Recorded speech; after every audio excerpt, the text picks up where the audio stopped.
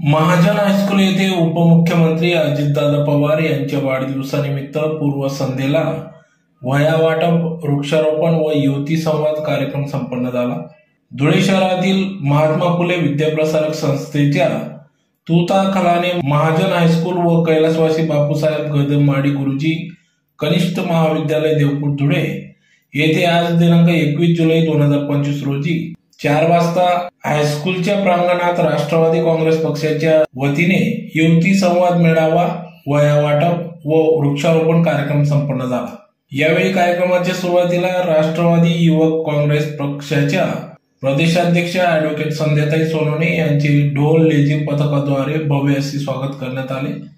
त्यानंतर कार्यक्रमास सुरुवात करण्यात आली, तर कार्यक्रमाच्या उपस्थित प्रमुख पाहुण्यांचा सत्कार सोहळा पार पडला। या कार्यक्रमास माजी नगरसेवक तथा महात्मा फुले विद्याप्रसारक संस्थेचे अध्यक्ष मिलिंद भाऊ सोनवणे, युवती जिल्हाध्यक्ष ॲडव्होकेट रेखाताई सुरवंशी, संस्थेचे संचालक विजय नाना जगताप, अमित भाऊ सोनवणे, उत्तर महाराष्ट्र युवती अध्यक्ष अभिलाषा रोकडे, महिला जिल्हाध्यक्षा धुळे सौ संजीवनीताई गांगुर्डे, शाळेचे प्राचार्य बी.व्ही. पद्मार, उपप्राचार्य आर.आर. मानकर, मुख्याध्यापक ए. बागुल, ज्येष्ठ पर्यवेक्षिका श्रीमती वर्षा भांबरे, पर्यवेक्षिका श्रीमती वंदना आडावे, ज्येष्ठ शिक्षिका श्रीमती व्ही.एम. ठाकूर, ज्येष्ठ शिक्षक V T. Mahajan, Vikas Sonawane sir, Mahendra Jagtap sir, Rahul Mahajan sir, Sandeep Sonawane आदी सर्व मान्यवर पदाधिकाऱ्यांच्या उपस्थितीत कार्यक्रम पार पडला।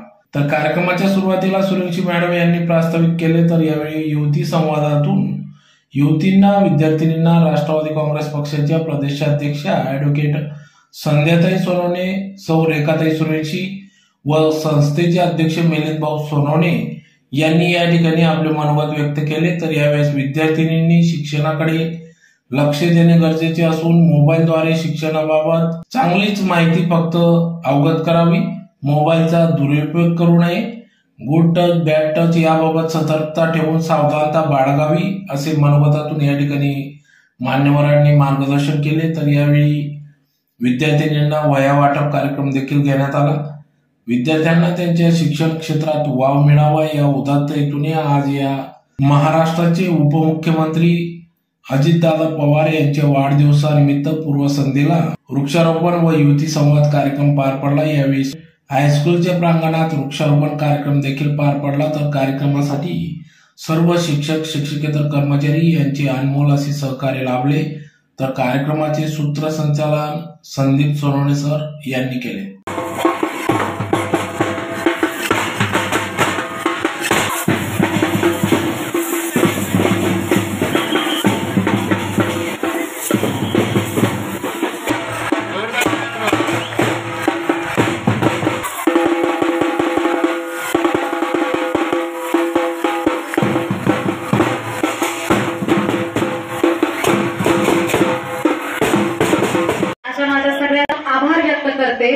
की ज्या नेत्याच्या मार्गदर्शनाखाली आमच्यासारखे सामान्य कुटुंबातले युवती असतील, युवक असतील, या पक्षात काम करत असतात। आज ज्या नेत्यामुळे आम्हाला खऱ्या अर्थाने राज्यभर फिरण्याची आणि तुमच्या सगळ्यांना भेटण्याची संधी मिळते, असे राज्याचे उपमुख्यमंत्री, राष्ट्रवादी काँग्रेस पक्षाचे राष्ट्रीय अध्यक्ष आदरणीय अजितदादा पवार यांचा खरं तर उद्या 22 जुलै रोजी वाढदिवस असतो। आणि ह्या वाढदिवसाच्या निमित्ताने मिलिंद भाऊ महाराष्ट्रातल्या कानाकोपऱ्यात पदाधिकारी असतील, कार्यकर्ते असतील, वेगवेगळ्या पद्धतीने वाढदिवस साजरे करत असतात। प्रत्येकाचा वाढदिवस साजरा करण्याचं स्वरूप वेगळं असतं। जसं की आज आम्ही सकाळी आमच्या पक्षाचे पदाधिकारी आहेत त्यांनी वह्या वाटपाचा कार्यक्रम घेतला, सामाजिक बांधिलकी जपण्याचा कार्यक्रम घेतला। आज मलाही इथे कुठेतरी असं वाटलं की मी आज इथे येतेय, तर माझ्या या युवतींशी, या सगळ्या बालमैत्रिणींशी आपण संवाद साधला पाहिजे। वाढदिवसानिमित्त नक्कीच आपण वृक्षारोपण करत असतो, शालेय साहित्य वाटप करत असतो, पण हे करत असताना कुठेतरी आपली जी नवीन पिढी आहे, आता तुम्ही सगळ्या मुली शिक्षित आहात, तुम्हाला एवढं तर नक्कीच माहिती असेल की आपला भारत देश हा 50% तरुणांचा देश आहे, माहिती आहे ना? भारत देश हा 50% तरुणांचा आहे आणि आता भारत देशात त्या 50% तरुणांमध्ये परत 50% महिलांचं आरक्षण पण आहे। मग ते पूर्वी फक्त स्थानिक स्वराज्य संस्थेत होतं, तुम्हाला आता स्थानिक स्वराज्य संस्था वगैरे तर समजत असेल, समजतं ना नागरिक शास्त्र शिकत असतात. तर स्थानिक स्वराज्य संस्थेत ज्याप्रमाणे आपल्याला महिलांना आरक्षण मिळालं, त्याचप्रमाणे आता लोकसभेत विधानसभेत देखील आपल्या देशात महिलांना आरक्षण प्राप्त होणार आहे. आज आपण सगळे पाहतो की असं कुठलंही क्षेत्र राहिलेलं नाहीये जिथे आपली महिला तिथे दिसत नाहीये. आज अंतराळात जाणारी महिलाच असते.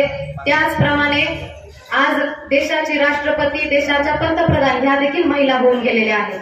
त्यामुळे कुठेतरी युवती ही संघटनेचा एक भाग सांभाळत असताना जेव्हापासून मी अध्यक्ष झाली, मिलिंद भाऊ गेल्या 8-9 महिन्यामध्ये महाराष्ट्रातल्या जवळजवळ 40-45 हजार युवतींपर्यंत पोहोचण्याचा माझा प्रयत्न होता. येत्या काळात जोपर्यंत ही पक्ष मला संधी देईल, परंतु येत्या काळात 40-45 हजार युवतींपर्यंत मर्यादित न राहता पुढच्या वर्षभरात 3 लाख युवतींपर्यंत पोहोचण्याचा माझा मानस आहे. हा मानस पूर्ण करत असताना प्रत्येक जिल्ह्यात आमच्या पदाधिकारी असतात, आमच्या युवती संघटनेतले सहकारी असतात. आम्ही त्यांना घेऊन त्या ठिकाणी असलेल्या विद्यार्थिनी असतील, युवती असतील, यांना खऱ्या अर्थाने भेटतो आणि संवाद साधतो. आता तुम्ही म्हणताल की पक्षाचा कार्यक्रम आहे, हा खरं तर पक्षाचा कार्यक्रम नाहीये, हा आपण सरकारचा कार्यक्रम म्हणलं तरी अडचण नाही. कारण आज सरकार म्हणून किंवा माननीय अजितदादा म्हणून ज्याप्रमाणे योजना राबवत आहेत, मधल्या काळात तुमच्या सगळ्यांना लाडकी बहीण योजना माहिती होती ना. लाडकी बहीण म्हणलं की सगळ्यांना माहिती असते, परंतु हे त्याचबरोबर माहिती असणं गरजेचं आहे की हे सरकार, माननीय अजितदादा असतील किंवा या सरकारचे मुख्यमंत्री असतील, हे सगळे लोक युवतींच्या, विद्यार्थिनींच्या शिक्षणासाठी खूप आग्रही असतात. आज माझ्या राज्यातील प्रत्येक मुलगी ही शिकली पाहिजे, तिने चांगलं शिक्षण घेतलं पाहिजे आणि ते शिक्षण घेताना तिचं आरोग्य हे उत्तम असलं पाहिजे. आरोग्य उत्तम असताना, शिक्षण घेत असताना ती सुरक्षित वातावरणात राहिली पाहिजे. आज तुम्ही सगळ्या मुली, मी लहान असताना आम्हाला शिक्षक वर्गात सांगायचे, जेव्हा शाळा सुटायची वेळ व्हायची, की आज संध्याकाळी 7च्या बातम्या बघा आणि उद्या सकाळी आल्यानंतर ते विचारायचे की तुम्ही काय बातम्या पाहिल्या. आता तसं होतं की नाही माहित नाही मला, परंतु आम्हाला पहिले लहानपणी सांगायचे की बातम्या बघून या. आता तुम्ही सगळे बातम्या बघता का? म्हणजे प्रिन्सिपल म्हणून पण काम केलेले. मुलांची काय कंडिशन असते आणि पाहुण्यांसाठी किती वाट पाहावी लागते हे मी त्यातून गेलेले. आणि सगळ्यात महत्वाचं, जे शिक्षिका आहेत शेवटी जे बसलेले, मी त्यांची खूप आभारी आहे की तुम्ही एवढ्या मुलांना सांभाळणं ही काही सोपी गोष्ट नाहीये. कारण मी त्यातून गेलेली आहे. कारण हे सगळ्या कार्यक्रमांची अरेंजमेंट करणं किंवा तितक्या वेळपर्यंत मुलांना सांभाळणं हे खूपच काही कठीण असतं. शिवाय काही कार्यक्रम लांबवल्यामुळे मुलांनाही ती हॅरेसमेंट होत असते. मी त्यासाठी अतिशय मनापासून दिलगिरी व्यक्त करते. यांच्या स्मृतीस मी अभिवादन करतो. आज या ठिकाणी आपल्या शाळेत आपल्या महाराष्ट्र राज्याचे माननीय उपमुख्यमंत्री सन्माननीय नामदार अजित दादा पवार यांच्या वाढदिवसाच्या निमित्ताने या ठिकाणी विद्यार्थ्यांना वह्या वाटप, शालेय वस्तूंचं वाटप, तसंच वृक्षारोपण असा एक आपण छोटेखानी जो कार्यक्रम आयोजित केलेला आहे. या कार्यक्रमासाठी खास उपस्थित झालेल्या महाराष्ट्र प्रदेश युवती काँग्रेसच्या प्रदेशाध्यक्षा माननीय संध्याताई, ॲडव्होकेट संध्याताई सोनवणे, तसंच त्यांच्यासोबत त्यांच्या उपस्थित सहकारी अभिलाषाताई रोकडे, उत्तर महाराष्ट्र युवती काँग्रेसच्या अध्यक्षा, आमच्या सहकारी संजीवनीताई गांगुर्डे, महिला जिल्हाध्यक्षा महिला काँग्रेसच्या, तसंच ज्यांनी या ठिकाणी छोटस सुंदर प्रास्ताविक केलं त्या ॲडव्होकेट रेखाताई सोनवणे, युवती काँग्रेसच्या धुळे जिल्ह्याच्या अध्यक्षा, आमच्या विद्यालयाचे प्राचार्य नानासाहेब पद्मार सर, आमचे सहकारी माननीय नानासाहेब विजयजी जगताप, दुसरे सहकारी अमित भाऊ सोनवणे, उपमुख्याध्यापक बाकुल सर, वर्षा भांबरे मॅडम, आढावे मॅडम, उपस्थित सर्व विद्यार्थिनी, मैत्रिणी आणि माझ्या शिक्षक बंधू भगिनींनो, थोडा कालावधी ताई आम्हाला मिळाला आणि सांगितलं की असा कार्यक्रम घ्यायचा आहे. आम्हाला जे छोटं शक्य झालं, त्या पद्धतीने आम्ही हा नियोजन करण्याचा प्रयत्न केला आणि आमचा तो छोटासा प्रयत्न आम्हाला आवडला, याबद्दल आम्हाला आनंद झाला. आपण आमच्या विद्यार्थिनींशी खूप छान संवाद साधला, त्यांना मोबाईल विषयी सांगितलं. परंतु मोबाईल हा काय, मोबाईल हा चांगलाही दाखवतो वाईटही दाखवतो, पण तो स्वतः दाखवतो का? नाही. त्याला आपण जे सांगतो ते तो दाखवतो. बरोबर आहे का? तुम्ही जर त्याच्यात चांगला शोधला तर तो तुम्हाला सगळी चांगली माहिती सांगत जाईल, आणि तुम्ही जर सिनेमा शोधला तर मग तो सिनेमे दाखवत जाईल. तर तसं आहे, आपण पण आपली नजर कशी आहे किंवा आपल्या विचार कसे आहेत याच्यावर देखील या बऱ्याचशा गोष्टी अवलंबून असतात. तर मोबाईल हा शिक्षणाच्या दृष्टीने देखील आता आवश्यक झालेला आहे. त्याच्यातून आपल्याला चांगली माहिती देखील मिळते. तर तुम्ही त्याच्यातून चांगली माहिती घ्या, चांगली माहिती त्याच्यातून मिळवायचा प्रयत्न तुम्ही करा.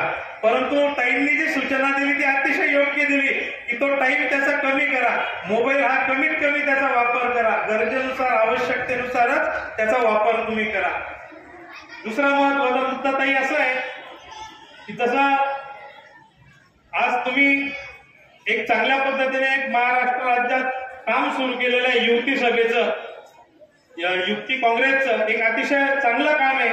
तुम्ही एक, मला माहिती आहे, मी बघितलं की तुम्ही देखील ग्रामीण भागातून आलेल्या, आज या विद्यार्थी, आमची शाळा जरी शहरातली आहे पण शहरी भागात आता इंग्लिश मीडियमकडे कल वाढलेला आहे. तर आमच्याकडे ज्या विद्यार्थ्यांनी या ग्रामीण भागातून जास्त या अपडाऊन करणाऱ्या विद्यार्थ्यांनी, काही विद्यार्थ्यांनी 30-35 किलोमीटरवरून या शाळेत शिकायला येतात. पण पालकांचा आमच्याकडे खूप विश्वास आहे आणि आमचे शिक्षक देखील तो विश्वास सगळे सारखं ठरवतात आणि एक चांगल्या पद्धतीचं या ठिकाणी शैक्षणिक वातावरण आहे. आमचे अनेक विद्यार्थी गुणवत्तेत येतात, अनेक विद्यार्थी अतिशय चांगल्या उच्च पदांवर या ठिकाणी गेलेले आहेत, काही परदेशात गेलेले आहेत. अशी ही उज्ज्वल परंपरा असलेली आमचं हे विद्यालय आहे आणि अशा या विद्यालयात आज आपण आलेला आहात. दुसरी गोष्ट सांगायची की माननीय अजितदादांविषयी मला बोलायची इच्छा आहे. आज तुम्ही सगळ्यांनी अजितदादांना शुभेच्छा दिल्या, तर अजितदादांपर्यंत ताई त्या नक्की पोहोचवतील. अजितदादांसोबत थोडंसं काम करण्याचा योग आला. मी माजी नगरसेवक देखील आहे या शहरात. मी राष्ट्रवादी काँग्रेसकडूनच नगरसेवक होतो.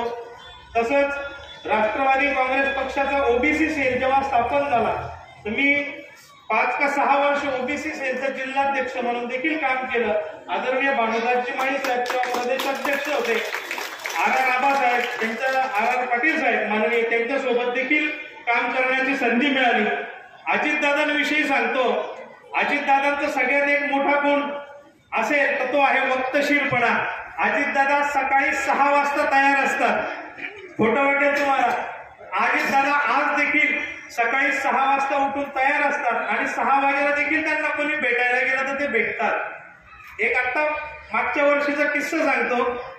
मेट्रोचं काम चालू होतं काहीतरी पुण्यामध्ये आणि अजितदादांनी वेळ दिली त्या अधिकाऱ्यांना, मी त्या कामाची पाहणी करायला सकाळी 7 वाजता जाणार आहे. किती वाजता? 7 वाजता जाणार आहे. तर अजितदादा अगदी 7 वाजता त्या कामावर पोहोचले. ते अधिकारी देखील तिथे आलेले नव्हते. अजितदादांनी काय त्यांना बोलायचं ते अजितदादा बोलले, कारण अजितदादा बोलायला अगदी जबरदस्त आहे.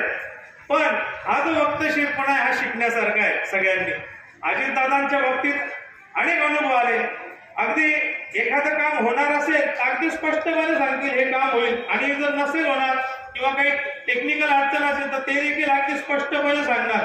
अगदी कार्यकर्त्याला म्हणजे असं नाही जो नाराज होईल, पण ते म्हणतात उगाच कोणाला फिरवायचं नाही, उगाच कोणाला चक्रा मारत बसणं त्यांच्या स्वभावात नाही. अगदी असेल तर लगेच ते सांगतील, त्यांचे कोणी स्वीय सहाय्यक असतील किंवा कोणी असतील, लगेच याला फोन जोडून दे, त्याला फोन जोडून दे, आणि ताबडतोब ते कार्य तत्पर आहेत.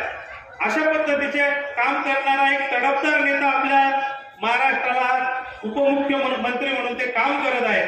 त्यांची अनेक अशा कामाच्या पद्धती आम्ही पाहिलेल्या आहे. दुसरी गोष्ट, माझी मावशी देखील बारामतीची आहे. आदरणीय पवार साहेब आणि आमचे मावशी हे असे शालेय बालमित्रापासून त्यांची मैत्री, आणि माझ्या मावशीच्या परिवाराचे आणि पवार साहेबांच्या परिवाराचे अतिशय कौटुंबिक संबंध.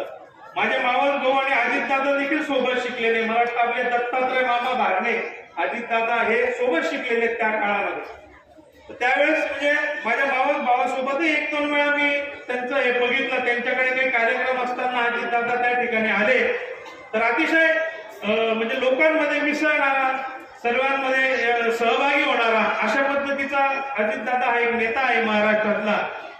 अजून एक आठवण सांगतो की पिंपरी चिंचवड आहे, माझ्या बहिणीच्या सासूबाई आहे त्या अनिताताई फरांदे म्हणून. पिंपरी चिंचवडच्या प्रथम महिला महापौर होण्याचा जो बहुमान त्यांना मिळाला ते केवळ अजितदादांच्या आशीर्वादामुळे. अजितदादा असे आहेत की समाजातल्या सर्व घटकांना सोबत घेऊन चालणारे जे नेते आहेत. अशा पद्धतीच्या ह्या नेत्याला दीर्घायुष्य लाभो, दीर्घारोग्य लाभो अशी आमच्या धुळ्याच्या कुलस्वामिनी आई एकविरा देवीच्या चरणी प्रार्थना करतो. आपल्या या सर्वांच्या शुभेच्छा आणि देवीच्या आशीर्वादाने अजितदादांना उदंड आयुष्य लाभो आणि त्यांच्या हातून या राज्याचं, या सर्व आपल्या लोकांच्या समस्या सोडवण्यासाठी, सामाजिक कार्य करण्यासाठी त्यांना आयुष्य लाभो अशी देवीच्या मी प्रार्थना करतो. या ठिकाणी आपणही सर्वांनी गरम होत आहे, आपल्याला अतिशय